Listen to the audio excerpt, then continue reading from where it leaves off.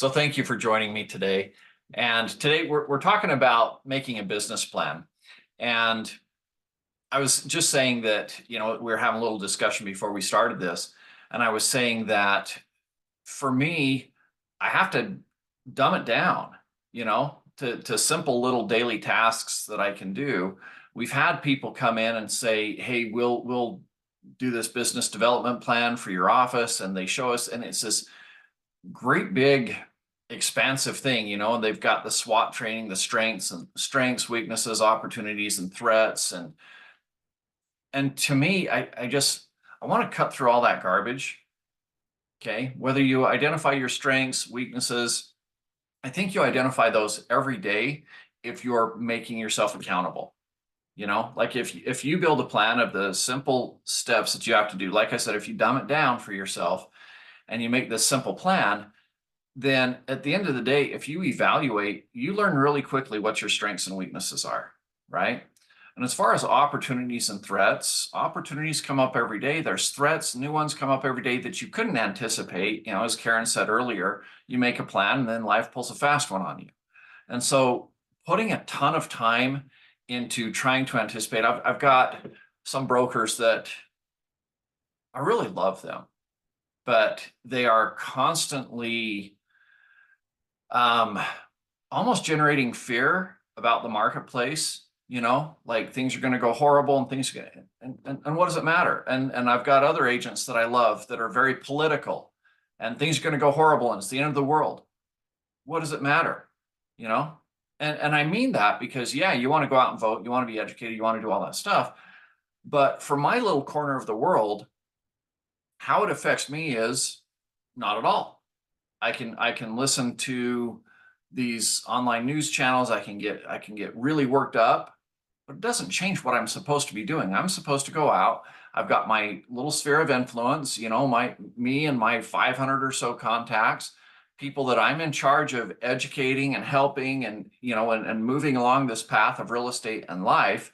And regardless of what's happening out in the world, life goes on. People are getting married, they're having kids, I've had a couple agents lose spouses or lose children and or you go through a divorce or something like that. Those things happen, and I see it as my job to help the people in my little group. So this is why I make my business plan simple. Okay, because to me, getting worried about a whole bunch of things that I don't have control over isn't in, well, it's not, I don't think it's in my best interest. And in return, if it distracts me from helping the people that I do have control over, then it's not in other people's best interest either. So thank you for joining me today. If this is your first time, my name's Eric Lee. I'm the principal broker for equity real estate over the state of Utah, and this is my training program, Elite Agent Training. I do have a full version of the training program, which is probably 3 or 4 times the content that I can give in this 1 hour here, and that's just at eliteagenttraining.com. But today we're talking about business plans. So I want to jump in and I'm going to share my screen with you to where you can access some of the tools that I'm going to be covering today, that I'm going to be utilizing. So the first one for equity agents, we've got Elevate, right? And so y'all see the Elevate screen here? I want to make sure you're seeing what I'm seeing. Give me a thumbs up. Yeah? Okay. So if you go to Elevate and you hit the marketing tab and you go to the marketing center, that brings this up. And if you haven't been to the Marketing Center, this is a subscription service that we pay for you. We provide you, honestly, so much value for the minimal fees that we take. When agents get in and they really learn about all of the value that they're being provided with, most agents aren't taking advantage of all of these things. But if you go to the Equity Marketing Center, there is a ton of stuff for you. And you just scroll down a little bit to planning, okay? So there's lots of different things that you guys have at your fingertips. Planning is one of the things. By the way, in fact, I'm going to go back one because this is just a fun one. So let's see, it's down here in presentations. If you want, just for fun, you can go to presentations and there's presentation backgrounds. So sometimes you've seen me in the past on Zoom meetings. Like I'll use this different background over here. This is a brand new one that I'm just seeing created now. So you could have your own cool background for the Zoom meetings that you're in. And it's right here for you. So anyways, that's kind of, it's a side note, but it's fun. All right, let me get back now to the actual material that we're supposed to be covering today. All right, so you click on planning, and what you have is this interactive real estate business plan. So you can click on that, and you can do this as we go today, if you've got another screen or something, or you can just kind of bookmark this and make this part of your homework for this week to have your own plan. So with that said, I'm going to, let's see, do a new share. And I'm going to take you into my planning tools. And we're going to spend the rest of the time. I'm just going to show you some of the tools that I have. I have taken some of those planning tools from Equity. I've customized them for me, which, you know, everybody can customize things for themselves too. But before we get started into a plan, right now I'm just showing you this PDF right here. Hopefully y'all can see it. To me, before I make a business plan, I want to make sure that I have, how do I put it? I want to make sure that I have a clear vision of what it is I'm trying to build, not just my business, but myself. To me, that's more important than my business because it's the bigger picture. And if my business doesn't align with the vision of myself that I'm trying to create, then I'm going to have this dysfunction there. It's going to be almost combative between this goal maybe that you got from a training like this, where somebody says to you, this is what you should do, and you need to be this successful, and you have to do this and that and the other. And I see agents sometimes go to trainings and camps, and the speakers are really, they're energetic and they're powerful, and you come back like, yeah, I'm going to do this, but it doesn't align with the rest of your life. Because I also want to have a great relationship with my spouse, and I want to be able to go to my kids' games. And I want to give you guys the license to live your dream life. And so I had this conversation with my brother. Sorry, I'm totally ADD, so I'm like all over the place. But I want to give you some of the background as to why I train the way that I do. And so I had this conversation with my youngest brother, and he is quite a bit younger than me. In fact, 17 years younger than me. It was a huge surprise to my parents, not planned, and a little bit scary, honestly. So I had this conversation with him, and I said, money doesn't buy happiness. And he says, you know what? The only people that say that are the people that have money. And I said, yeah, but we're saying it because we've been there and we know it doesn't buy happiness. And I've been doing real estate for a long time. First of all, we started out, you know, very humble beginnings, you know, like I was poor by most people's standards growing up. But having been in real estate for 21 years and helping first-time home buyers who can barely get into the most, you know, the very most affordable, the nice term is affordable homes. The not nice term is these are absolute dumps, right? But we've helped people move in to their first home. And by most standards, it's a dump. It's backed up to a live railroad track. It's super noisy. And they're thrilled. And we've seen them, right? And we've seen these people that have very, very humble homes, that they're out there with their little teeny barbecue, and they've got 20 friends around, and they're having a party, and they're doing this every week. I'm like, these guys are so happy. And we've also been in the multi-million-dollar homes where there is no sense of home, and people are sad or they're getting divorced or anything like that. So I don't want to get too far off topic. The point that I'm trying to make here is that when you build your goals, build them around your ideal life. Okay. And it's okay if you want to make a ton of money. That's great. Make sure that that's in line with your ideal life. Make sure that it's in line with your family, with all of these other things. And there's different categories in life. Okay, so one of the first things that I do, and I'm not going to go into this in this training because I do a separate training on this that you guys can watch, and I think it's entitled Your Ideal Life.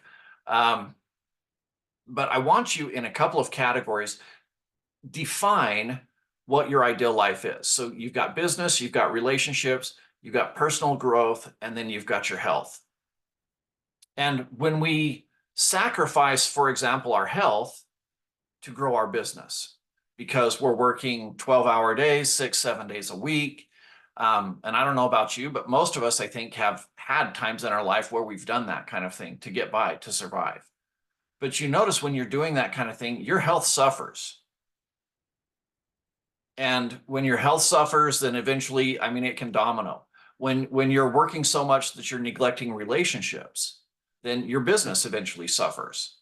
And so you have to keep this perspective. You have to keep this balance. But I'm not going to, like I said, I'm not going to go into that, but I would encourage you to have a clear vision of the ideal life that you're trying to create before you make a business plan, because it's just one part of a well-rounded life, and it needs to have that scope. So let's go into our business plan. Now, again, I'm taking you into my customized plan, but this is very similar to the one that you'll get if you go through that business plan on the Elevate site that I shared with you. So as we start in this, I'm going to go through and tell you how to build it. We're not going to do the math and everything, but I'm going to tell you how to build it. And this is going to be part of your homework this week. So as we go through with our business plan, we're understanding that this is part of being a business person. And business people pay attention to numbers. So this is taking you away from just being a hobbyist in real estate or somebody who's, I don't know, giving it a try. Like, this is a real business, and you have to treat it like a business, and it has to be serious. And one of the things that business people do, they do track their expenses. They know what they have to meet. They know where things are coming in, where they're going out, what they have to do. And real estate agents aren't typically very good because nobody's giving us self-employment training. Might train you how to fill out a purchase contract, but consider this part of your self-employment training. So first thing you do is you go through, add up all of your expenses. You need to know what it takes for your monthly expenses so that you can survive, so that you have a solid goal to hit. And once you've got your monthly expenses, you're going to times that by 12, and now you know what your yearly expenses are. And there's a basic financial goal for take-home income. All right. So that's the first step. It's kind of have a basic goal. Now, a lot of people, again, because we're not trained to be self-employed, we forget that we've still got to take taxes out of that. So let's say that we want to make $100,000 as our take-home income, but we've got to get taxes out of that. Now, $100,000, just as an FYI, is about the median income in most of the counties in Utah. All right. So I think that's a pretty reasonable goal to shoot for. And what I found in real estate is that's the goal where you can breathe a little bit. If you're getting 100,000, you can, you're paying your bills. You have the ability to go on a vacation. Maybe you're getting a little bit ahead of credit card debt. This is kind of where your business can start to grow. You can reinvest in yourself. So this isn't the end all of goals. This is kind of the starting point. You want to hit this level as soon as you can, because then you can start to reinvest in your business, and expand a little bit. So now we need to take into account our taxes. So let's say that we're, if our goal was $100,000, then we need to calculate in our taxes. So we need to actually be making about $153,000 to actually have $100,000 at the end of the day. So I don't know what tax bracket you're in. This gives you a chance to calculate that and balance it out. So if I've got to make 153,000, now I've got to calculate in my splits. Now this is where being with equity is the good news, because the splits are 100%. You're paying $5.99 a transaction, which is almost negligible. So in order for me to, average commission sizes are around $15,000. So what is that? 6, 7 transactions. And with a $600 fee, that's $4,000. Yeah, it's in fact, 7 transactions puts me to $105,000 if I'm doing the math right at $15,000 a commission. So that more than covers the extra little bit that I need to pay that split. So anyways, if you're at a different brokerage watching this training, then you've got to calculate that in, and that makes a big difference. If I'm trying to take pre-tax income of 155 and I've got a 70-30 split, I've got to actually be earning 221. At equity, I need to be earning 159, 165, something like that, like very small difference there. Okay, so you calculate your split in. All right. Now that you know how much you need to make. So let's say that our gross commission income needed to be 221 and our average commission is 2.5%. There is no standard commission. Okay, for the record, everything is negotiable. There was this, you guys have maybe heard or seen some of I've done a couple videos on that Sitzer Burnett lawsuit versus the NAR. Well, one of the things is that they said we're price fixing. Realtors price fix and they demand that you charge. I've been doing this 21 years. I've never, ever seen price fixing. Okay, not one time. There are brokerages that say, hey, you have, if you're going to work here, you need to charge this, but that's up to that brokerage. That's their business model. Now, one of the things I love about being with Equity is you can charge whatever you want. You know your fees at the end of the day. And so once you know your fees, negotiate anything you want.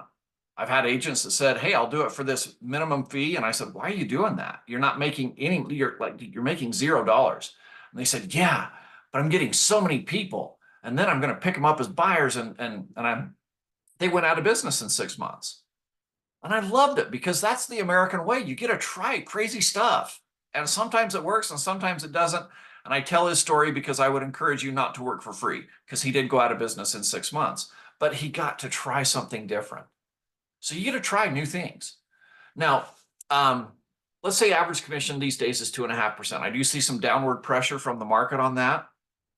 So if you're doing 2.5%, you can figure out what volume you need. And average sales price in Utah right now is around 550,000. So that would be about 16 transactions a year in order to hit these numbers. Okay. So if I did 16 transactions at 221, now remember that would be at a 70-30 split. If you guys with Equity are doing that, then you could hit that with probably 12 transactions. So your turn, you get to figure that out. Now, mind you, the training that I do, I'm training you. All of my training is designed so that a full-time agent can do 2 transactions a month consistently.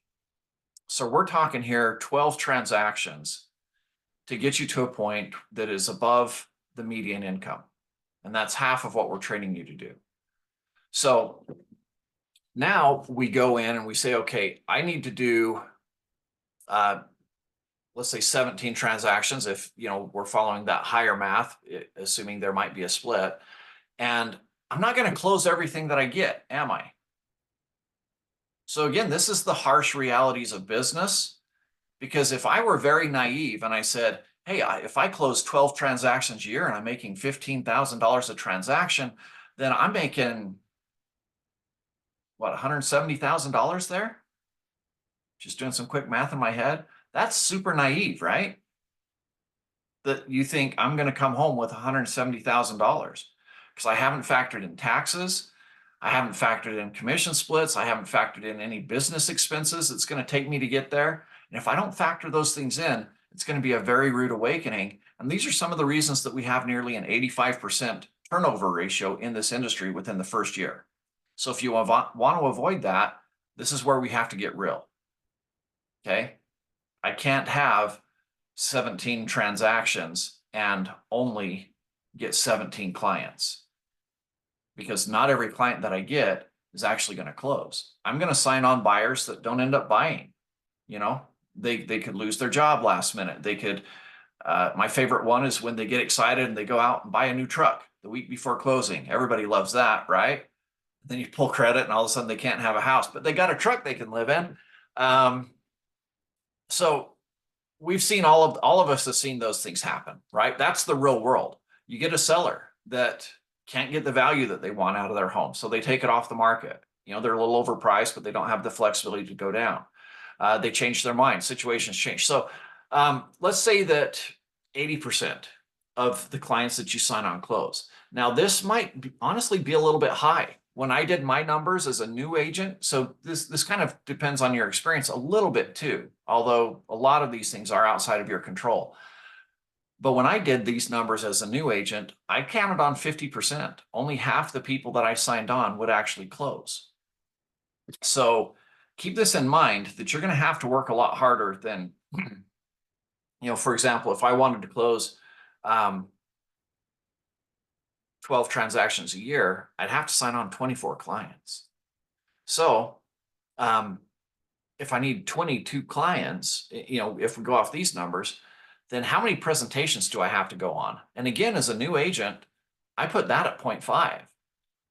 As an experienced agent, most of what I go out on, I'm going to land. If I'm talking to somebody about being a buyer, got over 90% success rate in signing them on as a client on the spot. If I talk to somebody about being a seller, pretty close to that. But when I was a new agent, 50% of the ones that I went out on, I would actually land. And so if I needed to close 12 transactions, I had to have 24 clients. That means I had to go on like 48 presentations to get those. And again, real numbers. And that might be sobering, but it's better to have a sobering real number than this pie in the sky thing, and it catches you by surprise as you're going bankrupt, right? So we want to face the reality here. So once we know this, then you can do your own math. And I would encourage you, put in 50%. If you've got a lot of experience and you know your closing ratio, then put in your actual closing ratio. But this is something that's important for you to track. If you've got a lot of experience, but you don't track your closing ratios, you should know it. You should start tracking that so that when you make your goals and your business plan next year, you can do this effectively. All right. Once we know how many we need to close. So for me, I'll give you my real numbers from when I built my business. The very first time I hit $100,000, I needed to close 2 transactions a month. And again, I hadn't done all of this math. Nobody trained me on any of this. So I was just doing raw math. Average house size back then was 150,000. So typically we would get 3% back then. So that'd be $4,500. And if I did 24 transactions a year at 4,500, I don't know the math on that, but it put me right around that $100,000 mark. Okay. So if you did that today, 24 transactions, you'd be closer to the $300,000 mark. Now, mind you, I hadn't calculated in taxes, business expenses, all that, because nobody gave me that training, but that was the number that I shot for. And quite frankly, it was more money than I'd ever made in my life with my college degree. So it didn't negatively impact me that I didn't have this background knowledge, but you guys are better served with this extra knowledge. So once you know how many things you need to do, now we're going to focus on lead generation. Okay. And I've got, these are the general categories, and I do trainings on all of these, but different ways that realtors get their business. So you've got your power team. We do a separate training on that. Those are the industry related professionals. You've got Smile and Dial. These are the people that are doing 100 to 400 phone calls a day, and they've got the auto dialer systems and everything like that. You've got for sale by owner experts. They're calling the for sale by owners, and we do a separate training there. Social media people. Everybody's on social media now. It's really fun. It doesn't generate a lot of business for people unless you really get some extra training in it. Open houses, sphere of influence. Everybody should be working their sphere of influence. Farming, buying leads, whether you're buying leads off of Zillow or Realtor.com or whatever. These are the different ways that real estate agents build their business. I would encourage you to choose 3 to 4 max that you're going to focus on, right? Maybe it's sending out a lot of mailers because you're looking for properties to flip, right? However you find them. But identify 3 or 4 that you're going to focus on. You can't do all of them, but one of the best skills that you're going to have to make your business successful is learning to say no to other things, because you will find that as you get in this business, you're going to be marketed to by so many, like title companies come in and say, hey, use our tools and you can do this and this and this. And it sounds really cool, but maybe I don't want to do farming, and their tools are for farming. And it's a distraction from the things that are consistently bringing in business for me. I just saw that I've got a comment in chat here. Okay, I'll go back to the business plan again here in a second, Sherman. So when you say share the business plan again, Sherman, maybe clarify that for me. Are you asking where to find it, or because we're still going through the business plan right now? Anyways, identify 3 to 4 things here that you want to get good at, and then learn to say no to things that are distractions to that. Okay, Sherman, where to find it is you'll go to, you do a new share. Maybe. Okay, I've got to stop sharing my screen because I don't see it on here. Basically, you go to Elevate. I'll just tell you, Sherm. You go to Elevate and you go to the Marketing Center. And in the Marketing Center, you'll scroll down and there's a section called Planning, and you can find it there. Okay. All right. Once you have identified the areas that you're going to specialize in, then you're going to, again, treat that like a business. You say, okay, I'm going to watch Eric's training on Power Teams because I think that's smart. I'm already working with industry related pros. Why not make them a part of my business? I need to be doing Sphere of Influence because that just makes sense. So now I got to pick 2 others. You got to educate yourself and constantly work on making yourself a little bit better at those things. And then this to me is the one page that you print out. Okay. And this is what it all comes down to. And you might want to take a screenshot of this. This is one of the things that I wanted to customize that the one on Elevate doesn't provide you with. But I want you to have a one-page summary of your business blueprint. So I'm going to make 150,000 gross commission before taxes and splits. To do this, I'm going to close, whatever it is, 12 transactions, 24 transactions, and with an average price of 500,000, I'm going to sign on. For me, I signed on 4 clients a month, knowing that 50% might not close. That means I'm going to set, in order to sign 4 clients, I needed to set 2 appointments every week. That's 8 appointments a month. Remember that only half of my appointments were going to close. So I needed to set 2 appointments a week. And in order to do that, I would contact 20 people to set those appointments. And so that's actually contacting. I'm not just calling 20 people and leaving a voicemail. I'm contacting 20 people. Now, these are things that you learn about yourself. And I learned over time that if I consistently contacted 20 people a day, I would get 2 presentations a week because I tracked my numbers. All right, I've got somebody I've never seen this before, requesting to record this meeting locally. I guess. Never seen that before. Sorry. Little distractions. So anyhow, you've got the summary of what you're doing. And when you start tracking it, you can see if your plan is based on reality. And if not, then you need to make adjustments. But this is just simply the first step, is building your plan. After this comes the accountability. And I'll share with you some of the tools that I use for accountability. So the first one up here is the month accountability. How many contacts did I make for the month? How many appointments did that yield? How many clients did that yield? How many transactions did that yield? And how much did I earn? This is where I'm trying to see if the reality of my vision here is accurate. Like this has got a knowing 20% might not close. It could be 50%. And I need to make adjustments, right? And maybe as your skills grow, this changes with you and you don't have to go on as many appointments because you're landing 80% or 90% of them. All right. But this is where we actually see, and this one page we print out and we have this in front of us at all times, because this is our one focus right here. I need to be contacting 20 people a day. That's how I dumb it down. All this other stuff, if like I'm not a big fan of the vision boards. I've had friends that have their vision board and they've got a picture of a nice boat and a nice, cabin in the mountains or whatever, these goals of things that they want to build. And to me, that doesn't, it doesn't happen. And again, this is personal to me. If that works for you, fantastic. But to me, I look at that stuff and I just want to sit there and dream. And then it makes me a little disappointed with the life that I do have. It doesn't empower me.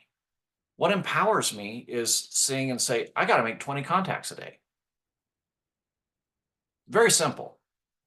Okay. It's not magic. I'm not waiting for the universe to drop things magically in my lap. I'm going to go to work. And it just so happens in my experience that the luckiest people are the hardest workers. The things that drop into people's laps are because they're working their ass off. right? So that's my focus. And I print this out and I tape it right next to my desk. Now, how do I track these numbers in a simple, easy way? Well, first of all, I go to my daily plan. Y'all see this daily planner? So again, something that I built for myself and that I use in my training program. So this ties into different aspects of my training program. Every day I need to wear my 3 hats. I put on my CEO hat. I review who it is that I'm building, because I should be only doing activities today that builds this vision of myself that I built in this personal blueprint, right? If I'm doing a whole bunch of other stuff, I'm distracted from being my ideal self, and I need to start saying no to different things. I need to start each day with an attitude of gratitude. I'm going to plan my day in advance, and I always want to learn something new. So the manager is taking the time to actually plan. So he's got the business plan in front of him. It's taped to the side of your desk, right? So he says, okay, today I need to do 5 things that will progress me in becoming the person that I want to be. And here's the 20 contacts that I'm going to make. And I plan this out and I write them down with their name and phone number in advance, because I'm not sitting at my desk all day long. Yesterday, I drove back. I don't know how many miles you guys put on your cars, but we do a lot. When I didn't have an electric car, my gas bill was sometimes $800 a month. And that was before Bidenomics came into play with $5 a gallon. You know, I'm sorry to get political. That was rude. Taking cheap shots here. But yeah, my gas bill was sometimes $800 a month. So if I hadn't printed this out and taken it with me, I wouldn't get any of my goals met, right? But when I print this out and I drive and I get to an appointment 15 minutes early because traffic was lighter than I thought, or I get out of an appointment a little bit early, or I'm sitting at lunch somewhere because I'm eating lunch on the road, I can actually make a few calls. And that little bit of difference of taking the time to plan at the start of the day is the difference in whether or not I actually meet my goals. And then at the end of the day, I come down here as a manager. Again, I put on my manager hat. I say, how did I do today? What are 3 things I did well? What is something that derailed me? Something that I can improve on? Is it a presentation? Is it a script? You know, what is it that I can do better? And then I do my little hash marks, right? I just saw that. Oh, thanks, Carol, for sharing that link. That's great. So I do my little hash marks on a daily basis. How many contacts did I make? Did I get any appointments today? Now, remember, with my goals, I'm making 20 contacts a day for 2 appointments a week. That means not every day am I going to land an appointment with my 20 contacts. Okay. But a couple of days a week, out of if I'm doing 20 a day, I'm doing 100 a week. I should be getting 2 appointments out of 100 contacts. That's 2% conversion. Pretty solid numbers there, right? So making my contacts, am I landing appointments? Am I getting clients, and am I then getting closings? So this gives me a daily number. Now at the end of the week, because back here on our business plan, we're talking monthly numbers, right? So I don't think anybody, at least I wouldn't, at the end of the month, go back through 30 different pages, or 20 if we're just counting work days. I'm not going to go back and add all this up. So I want to have a weekly accounting. Now, this is a weekly planner that I use because I like habits. And so this is a part of my, again, training program so that you can do some time blocking activities. But in the end, I want to summarize everything for the week. And I'm going to do the same 3-1 of 3 things I did well, 1 thing I can improve on for the week. How many contacts did I make for the week? So basically what I do in the morning is I sit down, I take my daily planner and I print out a new plan each day. I've got a binder that and a 3-hole punch, and I put that in my binder, and it almost acts like a little journal, right? Because I can flip through previous days, and then I carry that binder around with me and a pen. And as I'm talking to people, as I'm out driving, I'm making notes on this piece of paper here. And then I get back to my desk at the end of the day as the manager, and I've got these scribbles and notes from people that I've talked to, and I put all of that into my CRM system, my contact relationship management system that we talked about, I believe, last week, right? I put all those notes in there. I plan my follow-ups. So the next day, when I put on my manager hat again, I can open up my CRM and that helps me fill out my 20 contacts, right? Like these are who I talk to.